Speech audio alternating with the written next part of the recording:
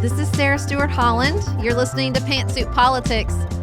Beth is out today, so I am joined by truly two of the greatest loves of my life, Mike Baker and Smith Crafton.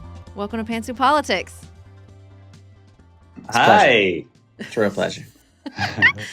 We have been friends for 24 years. We're going to talk about that today. We're going to talk about male and female friendships. And then outside of politics, we're going to switch it and reverse it. And outside of politics, we're going to talk about politics. I understand It's a little confusing. Just go with it, everybody. Don't worry about it. Before we get started, we would love to have you join us on Substack. We have an incredible community over there. More to say, news briefs, book clubs, film clubs, whatever you're into. We've got some of it over on Substack. So come over and subscribe at Substack. All right, up next, Smith Crafton and Mike Baker.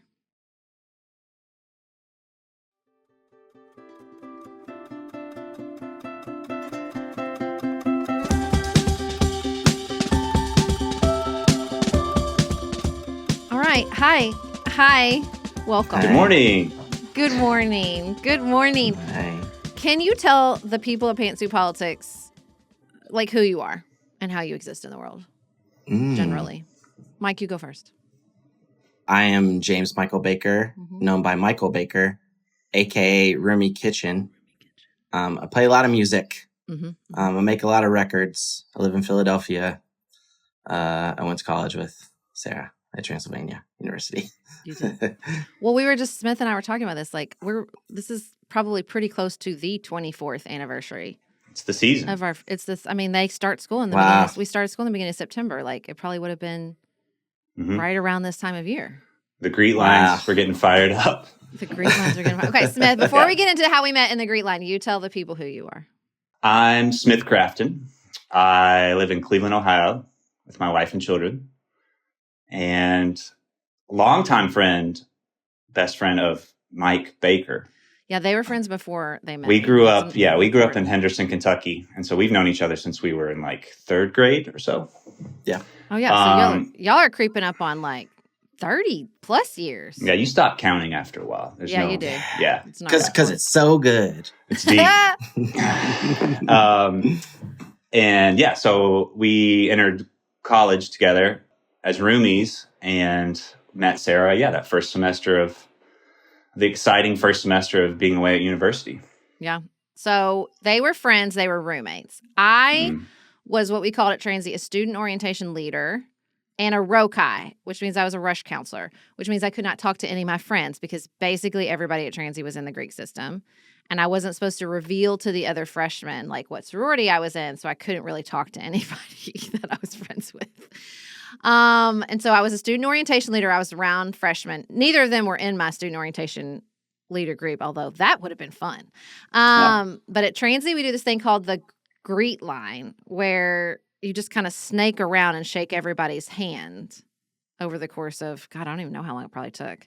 And everybody's just shaking hands and saying hi. And these two bozos are in the Greet line, and about every 10th to 12th person, you would go, I'll let you do it. Do you remember what you were doing? Grip like a bear. Grip like a bear. Grip like a bear. You would just like grab someone's hand and grip like a bear. Yeah. I don't know if I got the treatment or if I just saw you doing it. This is, when I look back on it, what's so wild to me is it was not my sense of humor. Like, it's not like I was some like tomboy. And it's not even funny. It's not.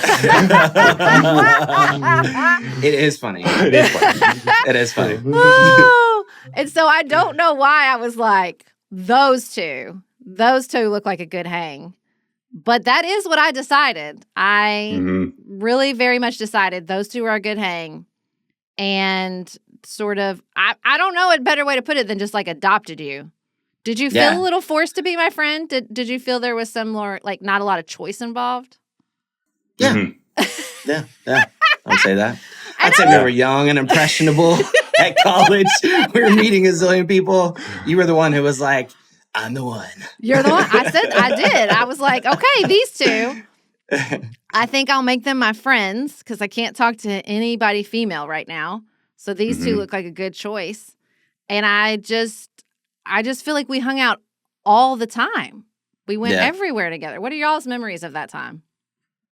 forced is a strong word, but but you brought your characteristic energy to our friendship. Enthusiasm, and you were a couple years ahead of us, so you I was 2 years older. That that was as a freshman, you meeting upperclassmen that sort of can give you the lay of the land, and everything going on at school, being new to it. So I think we did. We hung out a lot. We we met eventually, like some of your other friends. We were doing the typical freshman sort of get to know you activities and things around campus, but it's kind of a heady time, your first semester getting acquainted to everything. So it was, who's this Sarah person who's just like, gosh, she's so hot. We really, I mean, I felt like I had an in. Yeah, that's true. College stuff. Yeah, it's like we got college stuff. Yeah. I could tell you the professors. I could tell you the sorting fraternity stuff. Like, that's true. Like, I hadn't really thought about that from that perspective. But like, I mean, I had lots. I don't lack for opinions usually. Yeah, and you had inside knowledge. So you had, I did. I had a couple years on us. Scoop. That's true. Yeah, that's and true. we were in like, I'm not sure. I didn't know my major or anything like that. So we were just feeling it out. Well, I got you into school. the newspaper. Did y'all want to do the newspaper, or did I just make you do the newspaper?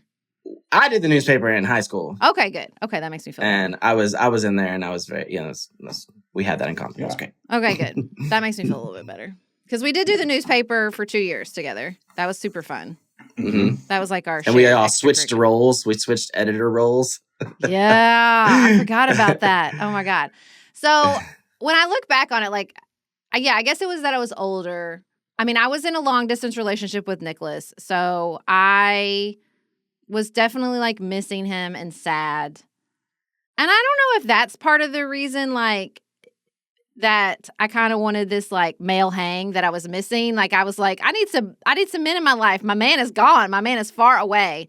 I don't know if that's what it is. Like, when I look back on it, it's very sort of out of the ordinary for the path of most of my friendships and like took place. I mean, most of my close friendships are women. My 2 male friendships I've carried like through most of my life are gay. So like, it's very sort of out of the ordinary. Now I think back, you guys both have sisters, so I wonder if that was like part of it, if there was just like a familiarity with like, because I was thinking about this, like, so many, when you talk about your friends, you talk about them through like a sibling framework. Like, sure. That's like my we both friend. have older sisters. Yeah, so that must have been part of it, don't you think? Yes, maybe. That's definitely part of it. Yeah, I mean, like, thinking about this conversation today, I was definitely trying to like work through like how, because we both do have other female friends, some shared. We had a friend group that we, developed at college there that included guys and girls that were friends. And I think, having sisters is definitely part of it. But I also think there was maybe just like an openness to, I mean, we had female friends in high school, and I don't know, just growing up, that maybe there was just an openness and appreciation for just having a bunch of different kinds of friends. I also think that like when you start college, and with you and with other friends I made at the time, I was thinking about like, who are some of the other people that have sort of stuck with me? And sometimes it is like personalities that you don't always expect that you would necessarily have long-term friendships with or whatever. And for some reason you just, you were drawn to that person because you were able to form like a deeper, more interesting connection for one reason or another. And not just because you made us. I did. There was a little bit. And listen, I will say that is consistent for me across friendships. Like, there are people I meet that I'm like, you're my friend now. You don't really get much of a choice in it. You can ask my friend Elizabeth Passarella about that. So like, I'm like, you're my friend now. And so I think there was some of that. And then, I say that, but I definitely had male friends in law school. Like, once I think you get to a certain point in life, especially, I think so much of it is, I watch Griffin and his friend group, and like some of them they'll date and then they'll break up and then they'll and then it like messes with the friend group.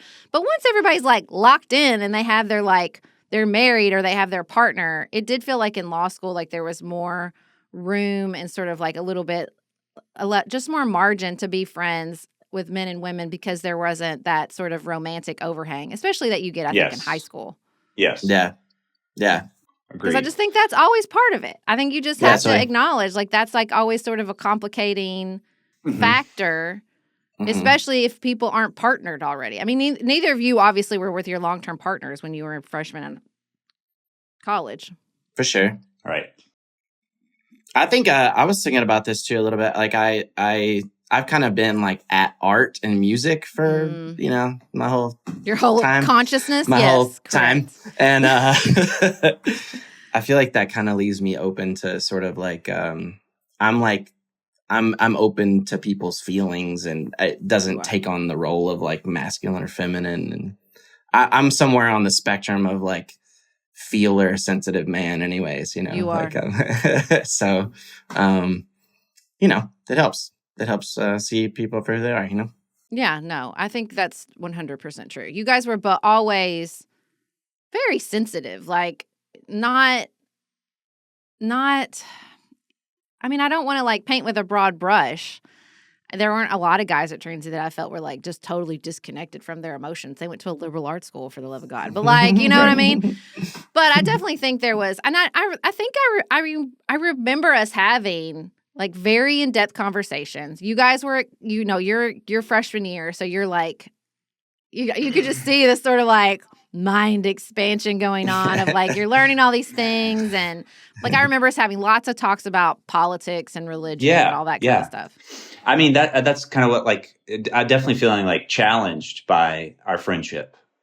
Not only because I would say also, jokes aside, like the effort you put into like being a friend was attractive in a way that, you don't always see with people that you meet, or that you've only known for a short time. You're like, inviting us to things, or like wanting to have these like deeper conversations about, things that, we were learning about in class and politics. Obviously it was a pretty, heady time anyway, September 2001. Oh my God. Yes. Being on campus, there were a lot of like intense discussions and questions and things. So, Smith and I watched The Towers from our dorm room. Yeah, we were just talking about that before you got on. I remember him I think he came by my room later that day. Like I remember us, either he fell asleep or I fell asleep or we both fell asleep. And I remember feeling guilty, like, oh my God, I can't believe we took a nap. That's a terrible thing to do on a day like today. It was exhausting. It was exhausting. But look, here's the thing.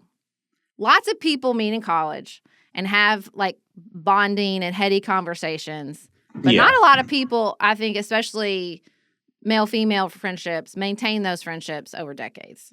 So clearly something else happened and is different. Now, I'm going to say, I do think for like a lot of our 20s, it was me, like showing up and being like, no, come visit me.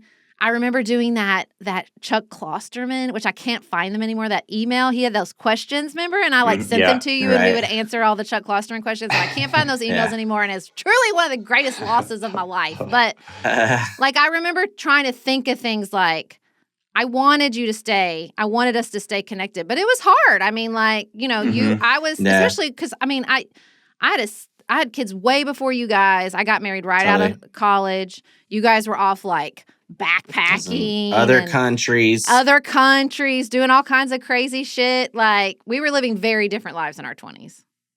For sure. That's true. Yeah, there was it definitely always wasn't as close as we are now, for sure. Mm-hmm. Actively. Yeah. But that is a good question. Like why? Because you meet a lot of people. You have connections in college. There's people that I was close with that I'm not as close with now, at least in terms. But because of really what you said, it's because of the communication. I mean, you were initiating a lot of that at the time, and then later on we've developed this sort of routine of.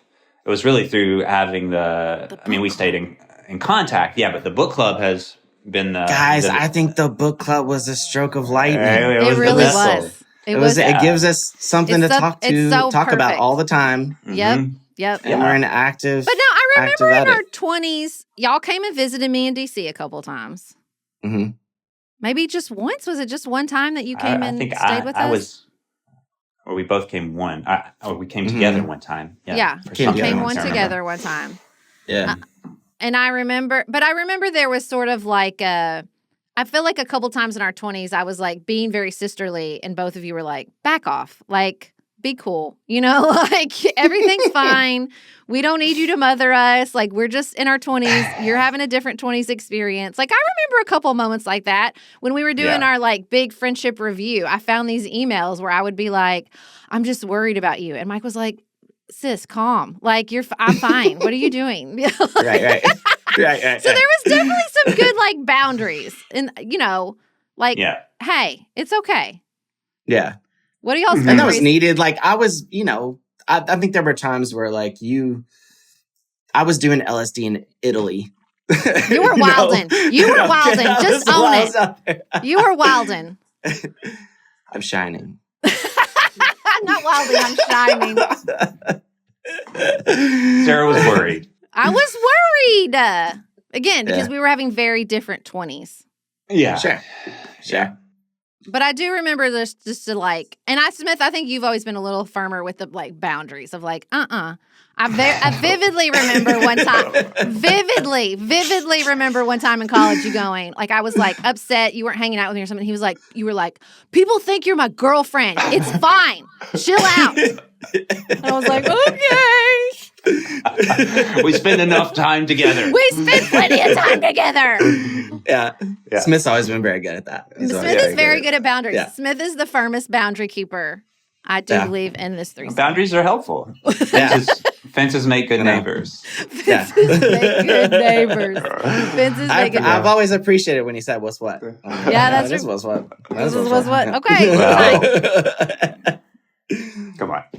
I mean, but all those things are what over time, because you're changing a lot from the time that you're in college until now, and so all those things, your own different life paths and experiences, and then coming back and not being out of touch for a while, and then kind of sifting back through things and figuring out where you were at different points, and then until you sort of settle into the whatever routine of your life, and you're able to, manage staying. It's not easy to stay in touch with people, even though it should be, but you only have the bandwidth for the people that you want, I guess, to really stay in touch with. So, sailing. I do remember. I think it helped that you guys' families were close. When I moved back to Paducah, and you would come back to Henderson, which is not very far away. That helped. I remember a couple times, like, we would meet halfway, or I would come to Henderson. Like, I remember that was sort of like a little link in the chain for when it was sort of we weren't seeing each other or communicating as much. And then it's hard to get to Philadelphia, or hard to get to Cleveland. Yeah, it was. Sure. And we would meet up, I think, one-on-one, which was always important. But there is a magic that happens when there's all three of us that is different. Like, it's just a different situation. Mm-hmm. And that was really hard because you guys always weren't in the same place at the same time, and because you were living in different places. And so I think that was kind of holding those threads together and prioritizing it was key. I don't remember when we started the book club, though. Does anybody? Several years ago now. It's been a long time. Lolita was the first book that we... Was that the first one we really jumped off the deep end? I'm pretty sure it was like, let's read a classic. Let's Lolita? I think crazy. so. Was that our first? Maybe. Really? I don't remember, but... It was early. But it's been several years. But it did provide a lot of structure. It provided like a trigger. Okay. Mm-hmm. And then I would say since we've started the book club, I feel like Smith is sort of like the biggest guardian. He'll be the one that's like, okay, it's time to talk about the book. It's time to do this. It's time to like check in, like. Yeah. Keep it moving. Keep it moving. The engine that keeps it moving. But it's not like we ever decided like this person's in charge, or now we have bullied We don't Mike. have to. We have bullied Mike into picking a book before. Yeah. Mm-hmm. Yeah. Because he sometimes procrastinates. You have to. Mm-hmm. You have to put something on the line. But I have picked some of the better books. But also, when you didn't pick and we had to read Bono's biography, and it was good, and I maintained that was fine. That worked out great. That was a fun one. It was fine. It was we had fine. the Bono memoir trigger rule. Yeah, that was like, if you don't pick a book by this date, we're reading Bono's memoir. And so we did, because he didn't pick. It's fine, punishment, whatever. Yeah. That man's faith and his ability to hold a band for 40 years. Seriously, listen, there's some lessons there. There are some relevant lessons here with Bono and U2. But yeah, I think the book club having like that trigger and then just a little bit of structure really, really helps. Especially, because then you guys started having kids, and then things really got intense. Then life started getting. But it's weird. It's like almost. Don't you feel like in a weird way having like more obligations almost made it easier to stay in touch in a weird way? Or maybe it was just that we all had obligations and that sort of, it put us on a more like level playing field. I don't know. What do you think? Yeah, maybe. I think we also had things to talk about in a certain way. It kind of put us on a level playing field in that way. Yeah. I mean, because that's the key for my friendships I've maintained besides you guys. Like my other college and law school friends, like we had kids around the same time. And so that's like, and there was just a lot of stuff like that was keeping us in touch. And we had similar parenting styles. And like, I will say this, I think watching you guys, like we have different lives, but we do have similar approaches to parenting. And I think that's also really key. Yes, for sure. It is true. Yeah. Yeah. And I've learned a lot from you guys. Like I appreciate that. Oh, it's good. Yeah. True.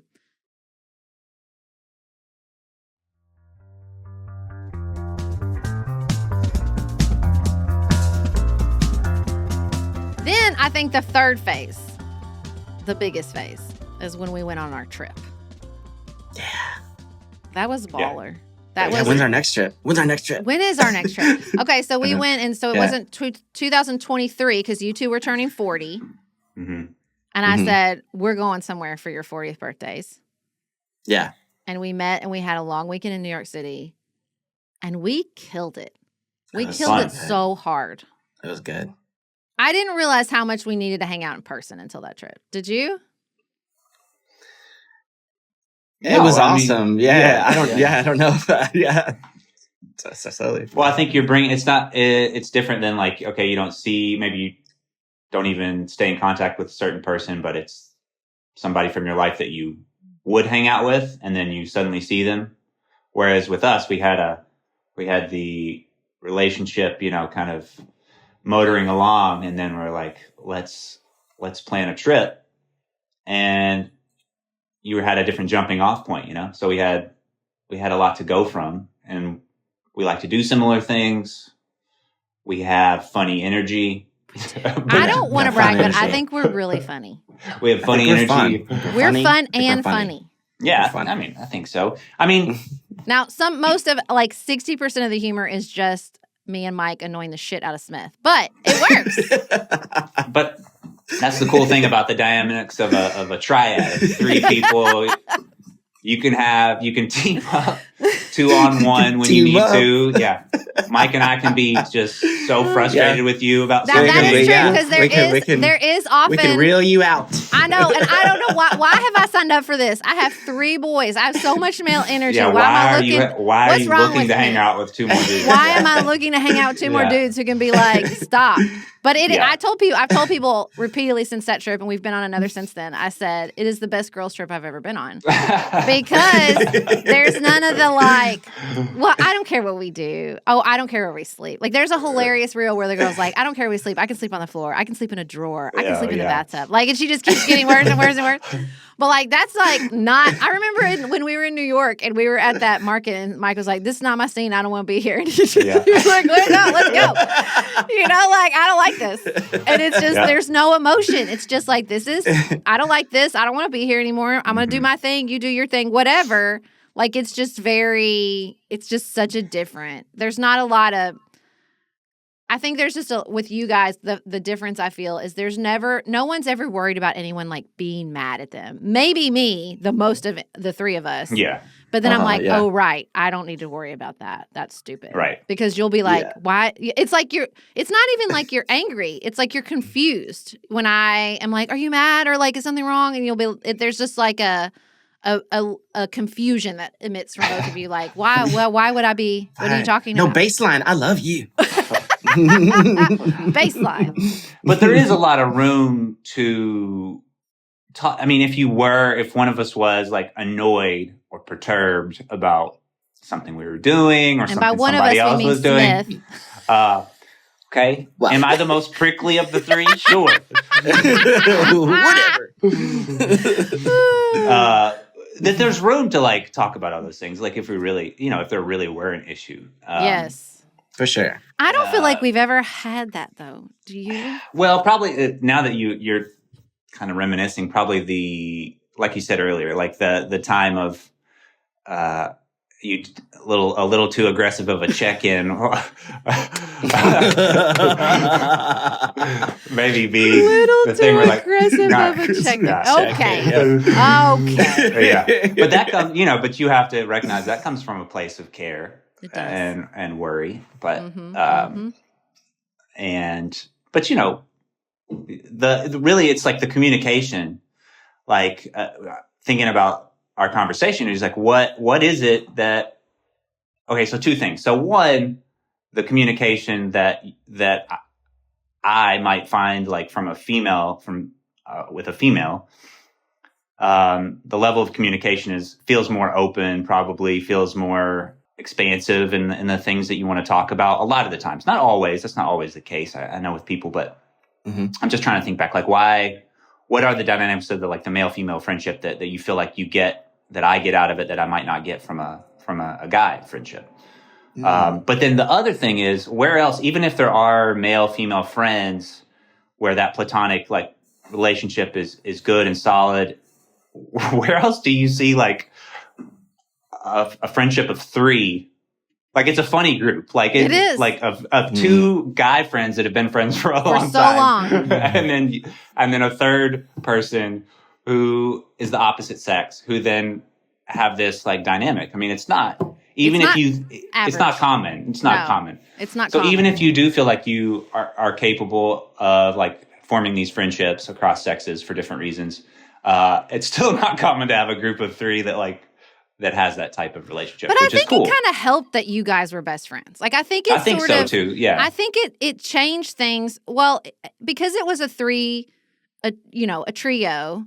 I think there was that sort of diffused any like romantic undertones or not even undertones, other people's questions. That's really what it was from the beginning. Like that's what I want to talk about next. Is like there were never romantic undertones between any of us, but like first of all, I was the only one that had a partner.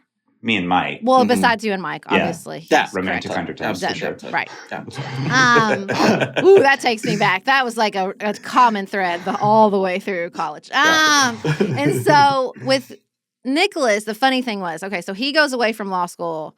I'd had a boyfriend before that had cheated on me. I was pretty possessive and jealous. I was like, don't make any female friends. I don't want to hear a girl's name. Like, I'm super, even though I've never really been worried about Nicholas, like he's serial monogamous, all these things. So I send him off to school. And I'm like, don't even talk to another girl. And I'm like, oh, by the way, so I'm hanging out with these guys, Mike and Smith, all the time. We watch movies all day. We nap. We hang out all the time. Also, Mike wrote me a song. How about that? And he's like, what the fuck? Like, what is going on? Yeah. And I remember him being like, I don't think he was ever worried, but there was like what is this? And then I think when he met you two, he was like, oh, okay. Like, y'all not are threatened at all. Not threatened at all. Well, because I think he got around us and was like, there's nothing. There's no undertones here. Like, this is cool. These guys are cool. Also, I think he was just like, oh, I get it. There's such a good hang. And he has. Yeah. He has hung. He's been the longest of the partners, like, since obviously we were together before y'all. So, like, he's hung with us from time to time. He tries to come to the book club. Sometimes we let him. He tries to come to the book club. Sometimes a lot of partners try to come to the book club. They do. Well, and then you have the in-between. So then you have Linda. When did y'all start? You dated your freshman year. Then you didn't. Then you got back together. Because Smith's a slow learner, clearly. Obviously. And I know it's then good for me. y'all were together by the time you graduated from college. Yeah. And Linda and I were housemates. Fun fact. My senior year. And so you were almost like you're kind of like in an in-between because she knew us. She knew that we were like friends. She knew me. Yeah.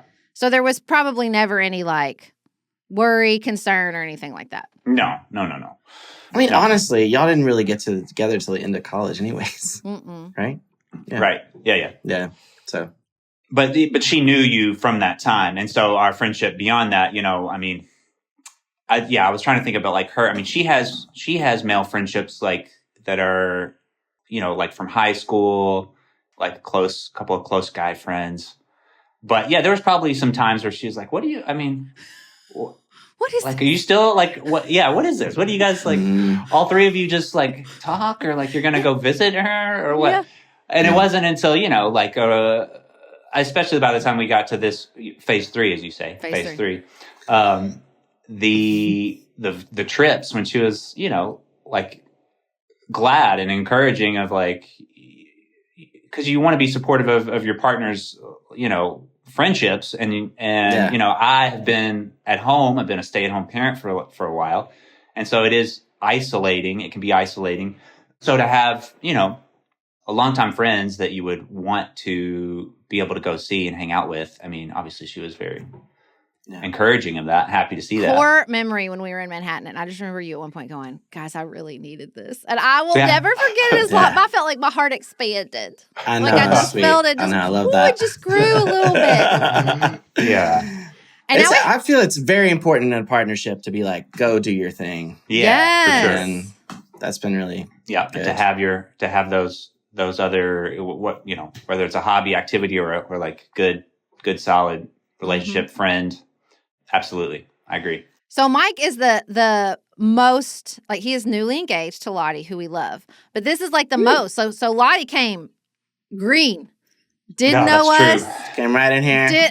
Tell us when you like explained what she said. She was like, by the way, I'm going on this trip. What was her like kind of thought process? I think I think she realized pretty quickly, like, it was a whole thing. It was it's a thing. It's a whole thing. It's a whole thing. And then I sort of explained to her, how it all came about.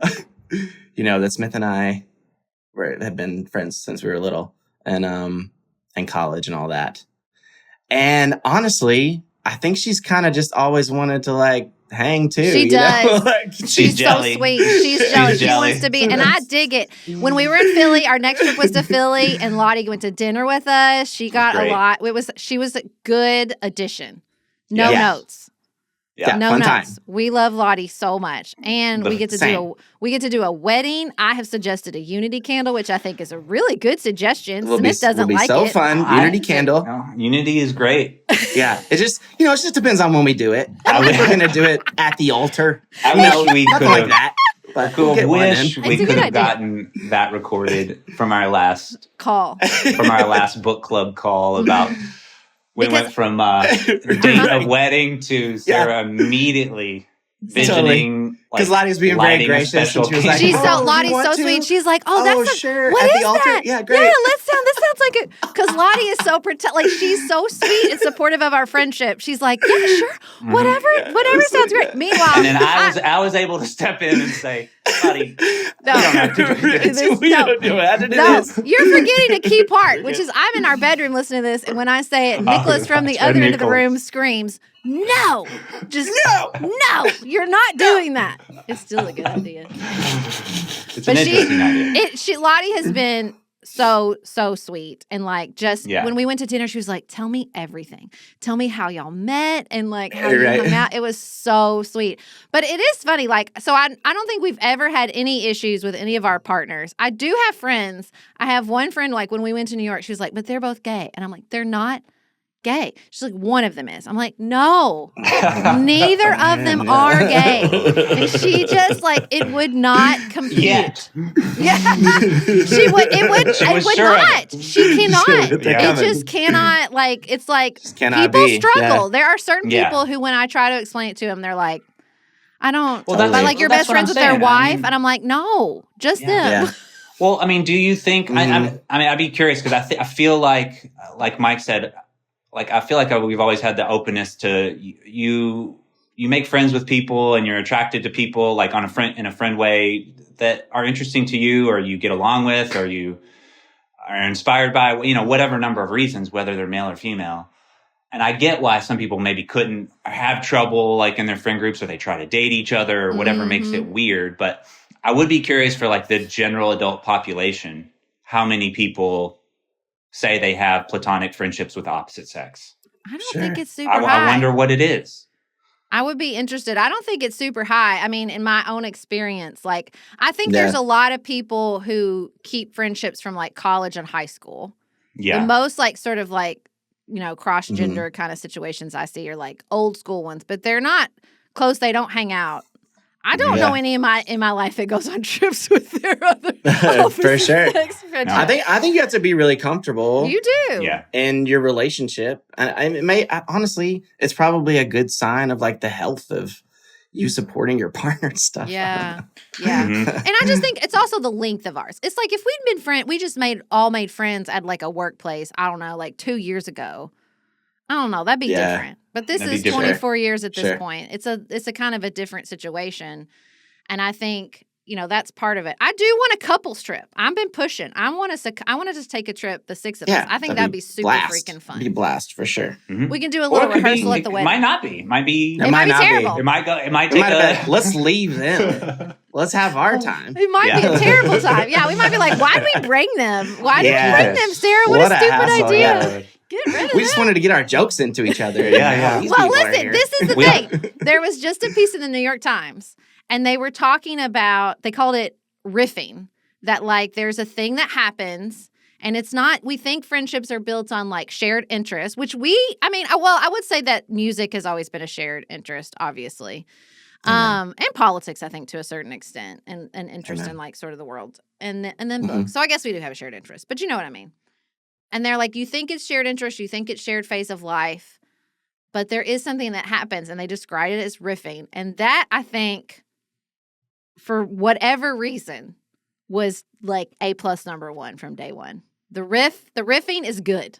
The riffing is we can tangle a yarn. We can take a yarn and tangle it out. And we can just spin it until we're hysterical and not just humor, too. Like, in our discussions and like, we're getting somewhere. We're breaking some shit down. People should listen to more of our ideas, is what I think. And I treasure it. I treasure that about us. Yeah. The riffing is good. You know a good riff, you're a musician. You get it. Get that riff. You get a rhythm going with your, and again, I think that's the power of three sometimes. I mean, sometimes a one-on-one relationship or a call, can be a little heavier, where you're like, one person's going to talk for a while, and I'm going to listen, and then another person's going to share their thing for a while. That can be like a little more intense. It is more intense. 3 it's a magic number. It's a magic. I mean, maybe this episode is not about male-female friendships. Maybe it's just about the power of a trio. I don't know. Yes, it could be. It's about triangles, the strongest form in the universe. That's right. There we go. I love it. Well, I mean it. Greatest loves of my life. Just what a blessing you two have been to me. Love you so. I love you so much. Love you guys. Okay, now we're gonna go to outside politics, but not. It's gonna be politics, so buckle up.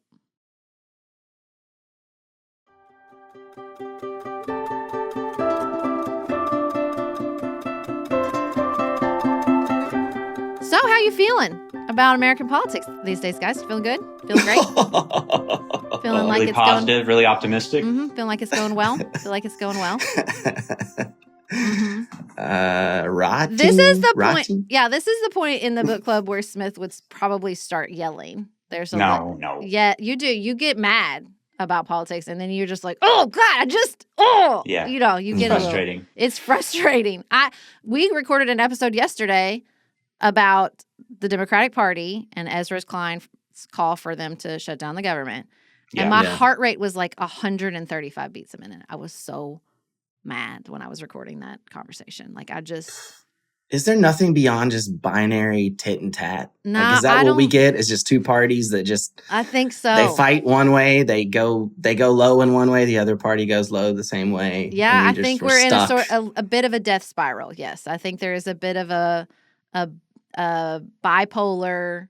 Well, that's what we keep talking about, like on Substack. It's not just politics. There's like this bimodal situation in all of American culture right now, right? Like it's all or nothing. It's like either you're like tapped into the news or you're a completely passive consumer. You don't pay attention at all. Mm-hmm. Either you're It's like, almost Everybody gets the benefit of the doubt. Yes. It's almost like you need a third option. Yeah. But I trio, don't know. maybe. Now, I will say this. A trio. You're so right. The theme. Good. That was good. That was a good job. Thank you. I will say this. I would say at more than at any other point in my adult life, does it feel like a third party could really take off right now? More than any other time. Mm-hmm. Feels like there's fertile ground out there. I mean, it does feel like there's a lot of fertile ground. I don't even know what the runway for it to be. I don't either. Functioning and influential enough to not just be that spoiler party again. I don't know what that looks like. Well, because it's so complicated because it looks different in every stinking state. That's the problem. Yeah, that's true. Right. Now, I still am of the opinion that the United States should be like 5 countries. I mean, I think we would be better served. I think our education don't you laws remember would when we fit did better. that thing here in? It would be fine. We had that author on. And he talks about like how it's. Remember the historian we had on, and he breaks down the histories of all the different sections of the country, and like that. There's all we're all very. It is very different from each other. You don't get more different from like New Hampshire to like Southern California. Yeah, the same education rules in New Hampshire apply to Texas. Like, no, it just doesn't. Yeah. Well, I think we're better served by local government. Well, that's what we're talking about right now. There's like this. Have you heard about this soft succession? Have you heard? Yeah. Yeah, it's like the blue states are like soft succeeding. So like they'll form their own things. Oh, right. And like, everyone internally, state by state, sort of being like, all right, I know I'm not going to depend on the federal government to do certain things in my state. So we'll do what we can inward and like shore up. But you can ask Texas and their power grid how that ends. They're not linked to the rest of the United States. Sure. Yeah. And then they have absolutely, but that's also, I mean, that you do lose like the infrastructure, like you lose the power, the resources of the federal government to shore up some of those things. But I mean, that's just one of the drawbacks. There are benefits probably. That's federal government's declaring war right now. Yeah, on Chicago. On Chicago. Well, I mean, like my father-in-law said he was reading about it, and it's like in blue states you would say like, okay, well we're going to cut off the water and the energy for like the National Guard troops stationed in our city. Like you can be here, but you can't have access to our utilities. I don't know how that would end. I don't like that. That make you uncomfortable? It makes me a little uncomfortable. It makes you uncomfortable? Yeah. Yeah. It's getting uncomfortable out there, though. Yeah, it is. It is. For sure. Yeah. I think we talked about it the other day that, Trump's going to, I think this ends with him. I think whatever he's on, I think there's going to be some kind of reset, I think. And he's old and he's. Hey, you're the history major. Help us out here. I mean, I think it has to. We've been through stuff like this. I'm telling Lottie a lot of times, she'll be like, and I'll be like, there have been worse things that have happened in the United States. Like we literally like split apart and killed each other for a while. Yeah, like a lot of us. There were times where business people ran this entire system and told you were everybody locked out. what to do. Totally locked out. Fully locked out. Yeah. And this system has somehow still evolved and become a thing. And I think it will again. It is different now, for sure. Yeah. The internet has just reset everything and how people's social connections are formed and how they're accountable to each other. It's just a different ballgame for sure. But I don't think they're accountable to each other. That's what I'm concerned about. I don't think people feel accountable to each other. It's changed. Yeah. Yeah, that's what I like. I'm like, okay, are we authoritarian now? Yeah, I think we are. But that doesn't mean it's permanent. He's not. The United States is so big and so decentralized. It is hard to like change things permanently. It's hard to change things permanently in any country, but people because it's composed of human beings that are living and dying and changing and learning and shifting at all times and being influenced by technology and being, totally. The culture and the society. So I think he's a wannabe dictator. He's a wannabe. That's for sure. No, he says he's not. He says he's not. Don't worry. That should make you sleep easier at night. He says no. Also, I mean, I've always thought that I agree, like that there is no one that can replace him. I mean, he takes up too much air, oxygen. And he's just got such a long history of being in all of our consciousness. Yeah, he's a cultural icon. The cultural presence. I tell y'all this all the time. Like, I don't watch a TV show. I don't watch something from the 80s or 90s, and his ass doesn't come up. It's crazy. Yeah. It's true. Yeah. He was like on Geraldo. Oh my God. There wasn't anything he wasn't. And if he wasn't on there, they were talking about him because he just became such a good stand-in for wealth and like for a certain kind of lifestyle of the rich and famous vibe. Yeah. I mean, like they say like Gremlins 2. Y'all ever seen Gremlins 2? Yeah. Where they're in the. Think so. Oh, it's crazy. It's a crazy. It's crazy. It's a crazy. Like, there's a hilarious Key and Peele sketch where they're like, "It's in the movie," and then somebody will be like, "It's in the." They'll be like, "A girl gremlin, a Superman gremlin." And this guy's like, "It's in the movie," and then at the end they'll put up a little caption where like, "All this is actually in the movie." Like they put it all in the movie. But like the villain is like a Trump-esque villain. Like it's like a real estate developer, and he's all about the cameras and like it's just everywhere all the time. But that won't be true forever. That won't be true forever. And so you have to also, I mean, it's really, really bad, right? The state of things is really bad. We consume so much more of it now than you used to be able to. So well, some of us do, and some of us are totally. Some of us don't. True. And I'm not saying you should totally check out, but I sometimes do like to temper whatever I'm feeling with like the news drip. Obviously can be constant if you want it to. So, you know, you're just hearing about literally everything that's happening all the time versus, you know, getting the paper once a day or whatever. Once a week. Once a week. So that has to, I try to factor that into whatever my little, you know, equation in my head is about how worried should I be? Well, you should definitely. I think that's part of the problem. Yeah. I think it's part of the problem that we have so much that like I don't have to listen. Yeah. No. And like if I didn't tune in and didn't know stuff, then I wouldn't. You would know. I would hardly would know. It is crazy. And that's. What? I have the privilege to do that. A lot of people don't, and like no. I might get caught up in something, but also most people can just tune out and not worry about it. And well, that's what's so interesting. Life. I think about it a lot. Like, okay, if you're a passive news consumer, what is actually bubbling up? Mm-hmm. Yeah. Well, what little headlines are you seeing? Yeah. Well, and that's why the economy. You don't have to consume news to understand things are getting more expensive, right? So that's why is it that we're these selfish jerks that are only concerned with our pocketbooks, or is that just an ever-present input in a way that if you do not consume news, that's going to stay present in your mind, right? And so it's like I'll never forget this woman talking about like this is what happens in Russia and countries where they're like it's highly censored, like it's just. When the war started, when they invaded Ukraine, because it's so censored, but like there was a shift in when it became such a, you know, sort of the images and the tenor, like you would pick up on something's happening, because obviously they're not going to be actively consuming the news. There is no news; it's all censored, you know. Right. But like here, I think it's like what are you going to register from like a TV in the doctor's waiting room?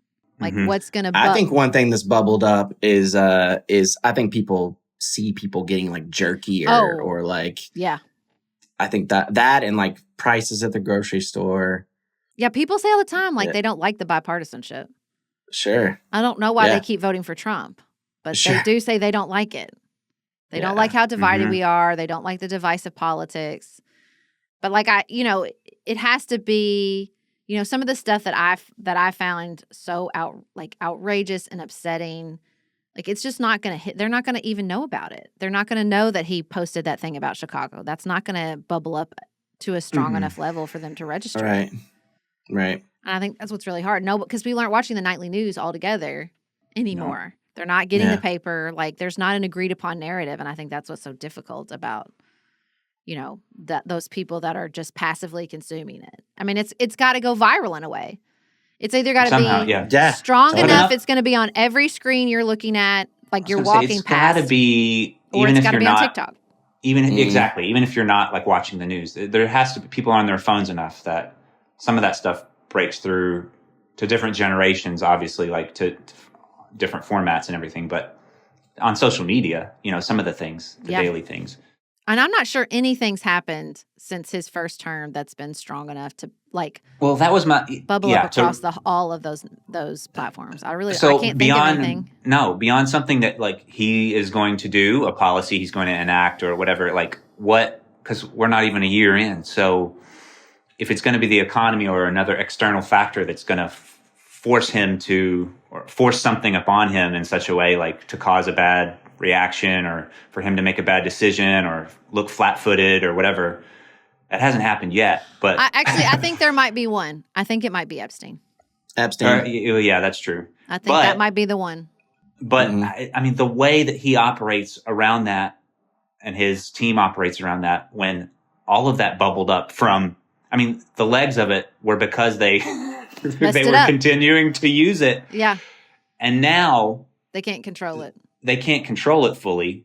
But yeah, it's still so right there. Like, why? I just, the stuff he gets away with like out having to answer questions about it or, no, can't handle it. It's just so frustrating. Something that would have taken out somebody else. I mean, yeah, exactly. Like that. And even in this news environment would take them out like that. Yeah. Right. But he just... And also the same people that would applaud a politician being taken out by some scandal or whatever, can now be totally oblivious or being like, can't touch him. It's just, it's manufactured or he's too tough or fake news or whatever. You can come up with all the different ways that you can ignore it now. Yeah. That's rough. I hope you, what was the sign off in the picture? It was like, to every day being another special secret or whatever. Oh, yeah. His Epstein birthday letter. Yeah. Yeah. Enigmas that never age. Those two. Yeah, I'd say so. Oh, my God. I'd say so. Interesting. Well, okay. That was a depressing end of the show. See, this is why we do outside of politics. Not politics. Yeah, we really nailed it. We really nailed that one. Okay. We're gonna throw everybody a treat. We're gonna do a lightning round. Throw everybody a treat. What is the best book you think we've read as a book club? Ooh. This is a hard one. Best book. Gosh. What was that? The one we wrote about. What was the one we read about all the like cutting edge experiments on physics and like cosmology and stuff. The very beginning. What was that one called? You picked it. It was like one of that was the first one I books. picked in that direction. That was one of the first physics books we read. Yes, because you're the one who's like, I think we should read about physics, and I was like, I don't know. Yeah, I just like the edges of human knowledge. I think it's a fun place to. I'm trying to remember. Play. I mean, I want to talk to you all about it. Books too, but I can't quite remember what that one was.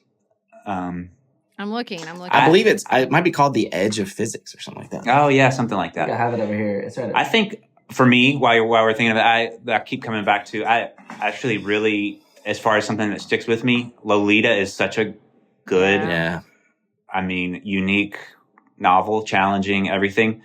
But so was I really still, and it was an early pick. When would like to read it again is Lincoln in the Bardo. Oh yeah. That's going. And I forgot that was for our book club. That was for our book club. That was one of the first ones. And now that I say that, thinking about when I was listening to it, it's been longer than I thought that we've been doing this because that would have been. I can remember where I was living, and it had to have been at least like 2017. Wow. Or 2016, somewhere around in there. Oh yeah. So we're closer. Definitely been doing it. Yeah. 10 years. Definitely been doing the physics book club. books definitely. Yeah, the physics books. I mean, when we would learn around dark matter, and then I just feel like the books would. I think all the time about the Annie Dillard piece where she talks about physics. Physicists are like mystics, like they're not. Absolutely. They're very like. Woo-woo. That's what I love about it. It's just like a mystic vision. It's like it's like music too. It's magical. You can't hold it. Moves through time. The Edge of Physics: A Journey to Earth's Extremes to unlock. Hold on. To unlock the secrets of the universe. Mm-hmm. That was it. Was this the one that included the discussion of like geologic time? Oh my God. See, it calms Mike down and it spins me up. That's the problem. That's the fundamental problem with these books. Mike is like, and I'm like, oh my God, what do you mean you don't understand dark matter? Mystery.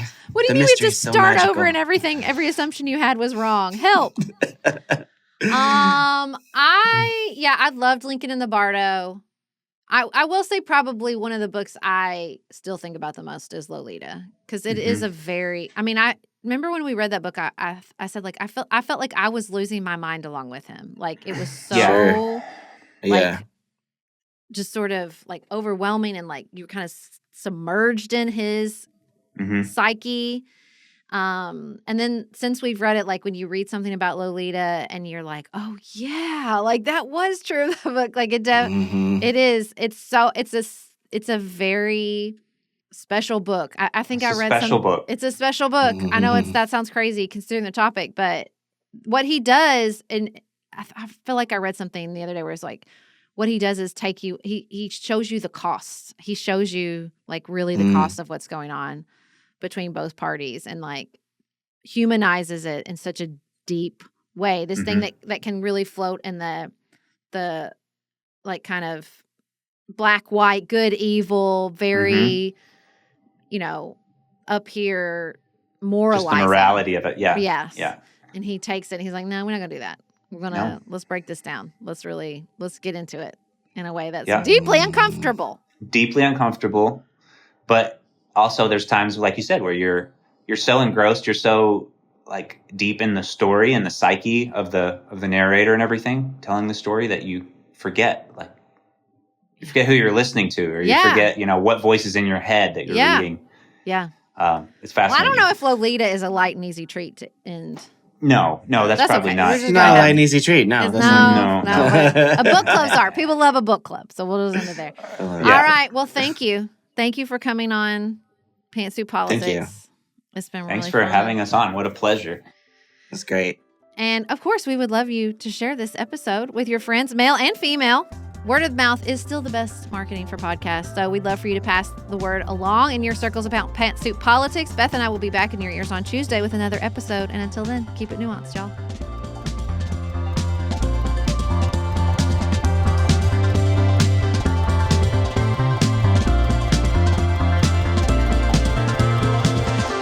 Pantsuit Politics is produced by Studio D Podcast Production. Elise Knapp is our managing director. Maggie Penton is our director of community engagement. Xander Singh is the composer of our theme music with inspiration from original work by Dante Lima. Our show is listener supported. Special thanks to our executive producers: Stephanie Elms, Sasha Egolf, the Villanueva family, the Bookshelf on Church in Kilmarnock, Virginia, Lindsay Sauer, Laura Martin, Kristen Wendell, Christina Werner, Kimberly Ludwig, Julie Huff, Jill Biziano, Jessica Borrow, Jan Feltz, Jackie Franklin Earp, Heather Ericacy, the Charney family, Gabrielle McDonald and Wren, Ellen Burns, Connie Perchetti, Christian Campbell, Beth Loy, Ashley Terry, Anya Bensaka, Amy and Derek Starr Redwine, Carla Hegemeister, Emily Ho, Emily Grover Kopek, Christy Johnson, Sharice Winter, Ashley Kennedy, Mark and Rachel Redman, the Dixon family, Liz Kamenetz, Christy Matthews, Kaylee Adcock, Chelsea Garter, Ellen Scott and Karen Shoebottom, Jeff Davis, Kathleen Gallant, Michelle Wood,